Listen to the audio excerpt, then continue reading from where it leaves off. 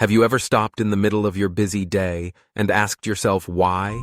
In a world where money flows endlessly through digital wires and invisible networks, ordinary people always feel like they're running out of cash while banks keep posting record-breaking profits every single year, no matter what happens in the economy, whether there is inflation, a recession, or a crisis. That's not just coincidence, rewards. And it's not just the result of smart business decisions. It's the reflection of a carefully engineered system that thrives on your financial habits, your spending psychology, and your unawareness of how money is silently pulled out of your pocket without you even realizing it. And the untold secret is that the biggest advantage banks hold over you is not their massive vaults of cash, not their luxurious skyscrapers, and not even the laws that seem to protect them, but their ability to convince you that they are indispensable. When in reality, the entire modern banking structure has been built like a magician's trick, designed to make you believe you're in control of your finances, when in fact you are living inside a financial maze with walls so high that very few ever climb out. Let's start with something that seems simple. When you deposit your money in a bank account, you might think your dollars are sitting safely in a vault, waiting for you to come back and claim them whenever you like. But here's the truth. They're not. In fact, only a tiny fraction of what you deposit actually remains in the bank at all, and the rest is instantly multiplied, loaned out, and turned into credit that generates more money for the bank, a process known as fractional reserve banking. And this system doesn't just mean that your money is being used to create more wealth for them. It also means that at any given time, if too many people walked into a branch and asked for their cash, the bank wouldn't actually be able to provide it, because the money you think you own has already been recycled into the system, producing profits for institutions while leaving you with nothing more than digital numbers on a screen that represent a promise rather than actual cash. And while this sounds shocking, the deeper secret banks don't want you to know is that they don't make their fortune primarily from lending to big corporations or wealthy investors. No, the real engine of their unstoppable wealth is the everyday person.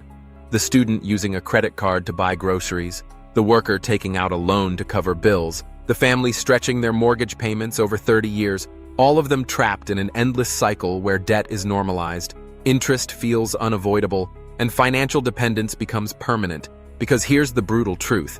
Banks profit most when you remain in a state of controlled struggle, never rich enough to break free, but never poor enough to escape their grip entirely. Think about this. If everyone suddenly became debt-free, paid off their credit cards, and closed their loans tomorrow, banks would collapse within days, because their empire is not built on your savings, but on your obligations. And the silent trick they've played on humanity is making debt appear not only normal, but necessary, advertising it as an opportunity when in fact it's a golden chain you willingly put around your neck. Now, let's dig deeper into what makes this secret even more disturbing. Banks are not simply financial service providers. They are psychological architects. And every fee, every app notification, every credit score update, and every interest rate adjustment is designed with behavioral science behind it to manipulate your decisions, because they know that humans are emotional spenders. And when fear or urgency kicks in, we rarely make rational financial choices. That's why banks thrive during crises, pandemics, recessions, and natural disasters.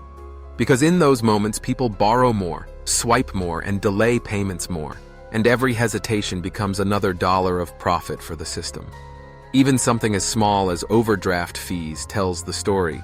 Do you really think a $35 penalty for being $5 short is logical?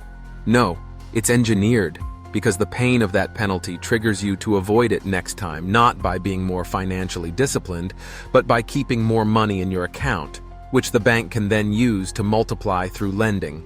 And if you still pay the penalty, well, that's just extra profit for them.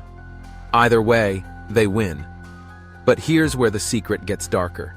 Imagine this. You buy coffee every morning with your debit card, your bank knows this, and soon you're offered a special rewards card for coffee purchases. But that offer is not generosity. It's a strategy to train you to spend more, stay consistent, and accept credit as a natural extension of your life. And before long, that harmless morning habit becomes part of a larger chain of predictable behaviors banks can exploit, turning your daily choices into a long-term profit engine. Now let's step back and ask a terrifying question.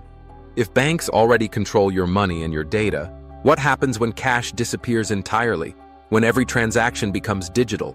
When every purchase is trackable? And when refusing to play the game becomes almost impossible? That's not a far-off future. It's a reality already forming. And in that world, your financial freedom doesn't just depend on how much money you have, but on whether the system decides to let you use it. Because the untold truth is that the ultimate power banks hold is not lending, not interest, not savings.